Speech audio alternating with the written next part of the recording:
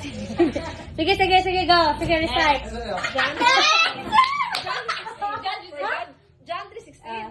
For God so loved for God so loved the world that He gave His only begotten Son, who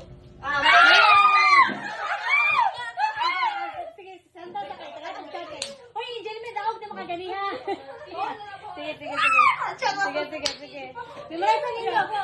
Open mo na para John, gamay na. John 3:16. For God so loved the world that He gave His only begotten Son, that whoever believes in Him should be perished. Mali!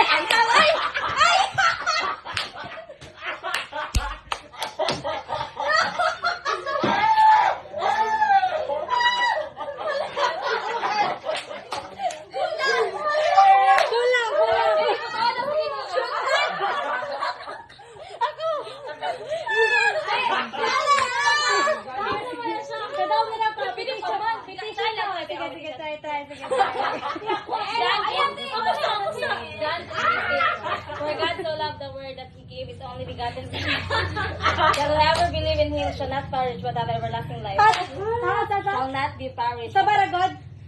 John 3:16. Ay, sasawa mo diyan. Sige. For God so loved the world that He gave His Word.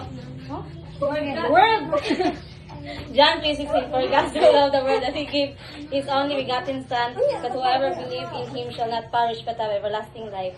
Parish? Perish. Nakay ko lang. Let's go. Di mali lagi ni John 3. Sige. John 3:16. Pwede lang ang pan nga pan. Okay. For God. John 3:16. For God so loved the world that He gave His only begotten Son, that whosoever believes in Him shall not perish. Sige. Ako lang, ate. Apit na. Anak mo lang. Tama tayo natin. Tama ka. Wala niya mo nakuha. Sige. Wala na. Anak na. Ate, mamimarize ka.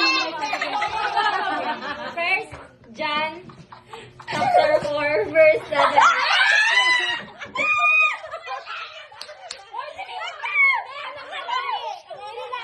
John 3:16 lang. Pero pwede lang yung nakuha nga. Sige. John 3:16. For God so loved Okay,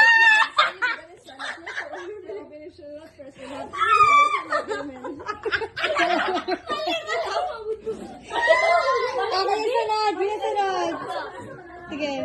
John 3:16, Japon. For God so loved the world that He gave His only begotten Son.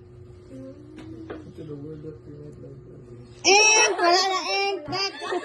Yeah, For God so loved the world that He gave His only begotten Son, that whosoever believes in Him shall not perish but have everlasting life. Amen. sige. Ikaw sa may confirm ako. Mo confirm ako tama. Sige. Wala lagi sila ang word that He gave His only begotten Son, that whosoever believes in Him shall not perish but have everlasting life. Sige, confirm ako niya. Mo confirm ako niya. Sige, kisa pa. Tagalog chance ang tanan nga makamemorize. Kabalo mo dapat mo na ma-memorize niyo nga verse kay pwede na niyo na gamiton sa NASA. John 3:16. For God so loved the world that He gave His only begotten Son, that whoever believes everyone believes in Him should not be perished and have everlasting life. Okay, next. Wala na? Nag-chance. Perish na mali ang word nila ako. Ano sabi? Tingnan na, lain na po. Correct. Wala. Ikaw ya. Sige, wala.